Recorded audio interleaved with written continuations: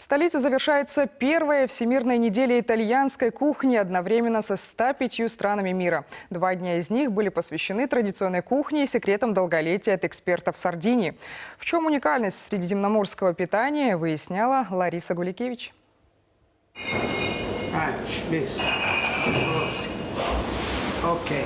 Здзівіць нацыянальнымі стравамі з Сардзініі не самая галоўная мэта прафесіянальных шэф-повараў, якія спецыяльна прыехалі з вострава, які завецца блакітнай зонай і з'яўляецца адным з 5 рэгіёнаў свету з найбольшай колькасцю доўгажыхароў.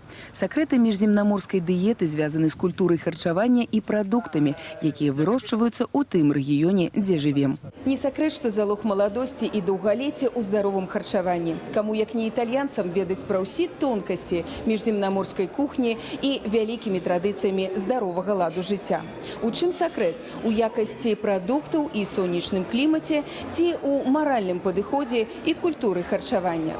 У межах першага сусветнага тыдня італьянскай кухні, дзе эксперты з Сардзініі правадзілі навуковы семінар, сумеснае сардзінска-беларускае кулінарнае шоу і умоўнае гастранамічнае падарожжа, якое адкрыла беларусам Сардзінію з яе сакрэтамі даўгалецця. Сакрэты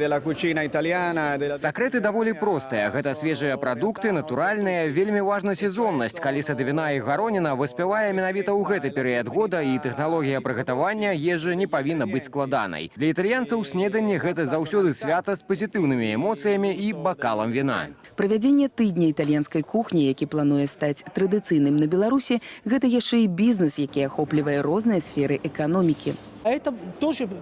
Интересно тоже для туризма. Я думаю, когда ты сделаешь агросадьбы, я знаю, я пойду в какую-то зону была, на Полесье, потому что там красиво, но потому что там есть такое-то определенное блюдо, которое в Минске не делают.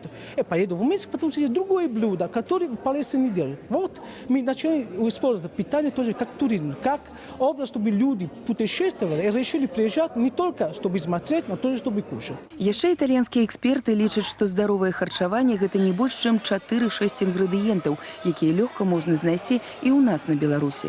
Гэта аліўкавы алей, таматы, як свежыя, так і сушоныя, сыр, дазваляецца бакал італьянскага либо сардзінскага віна. Лариса Гуликевич, Юрий Тиханович, агентство Теленовин.